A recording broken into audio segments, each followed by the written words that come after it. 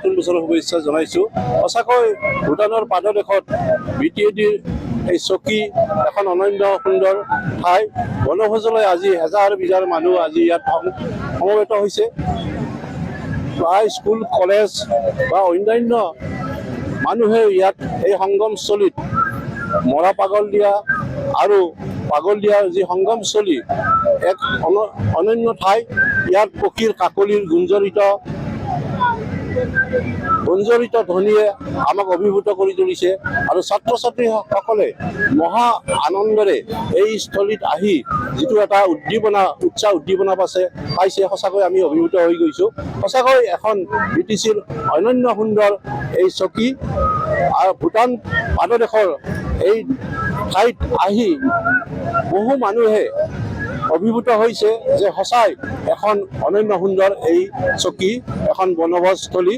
আৰু এই চকী যিখিনি আজি BTADয়ে তেওঁলোকে বনভোজস্থলী ৰাইজক সুবিধা কৰি দিছে, তাৰ কাৰণে BTC গভৰ্ণমেণ্টক আমি ধন্যবাদ জনাইছোঁ।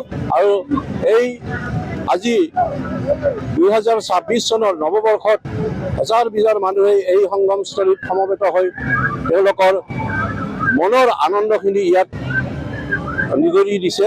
গতিকে সঁচাই এখন অনন্য এই সংগমস্থলী চকী। আমি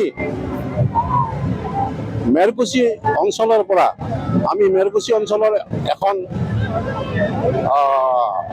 বিদ্যালয় যে আঞ্চলিক উচ্চতৰ মাধ্যমিক বিদ্যালয়, এই বিদ্যালয়ৰ পৰা আমি প্ৰায় 100জন ষ্টুডেণ্ট মানে ছাত্ৰ ছাত্ৰীক লৈ আহিছোঁ। আৰু ছাত্ৰ ছাত্ৰীসকলে ইয়াত আহি যিটো এটা আনন্দ পাইছে, আমি সঁচাকৈ ইয়াত ধন্য হৈছোঁ। গতিকে এই ঠাইখন আকৌ সুন্দৰ হ'ব বুলি মই আশা কৰিছোঁ। নতুন বছৰ অসমবাসী সকলোৱে শুভেচ্ছা থাকিল। বছৰটো যাতে ভালে ভালে যায় সকলোৰে। আমি বগুড়িয়াটিৰ পৰা আহিছোঁ।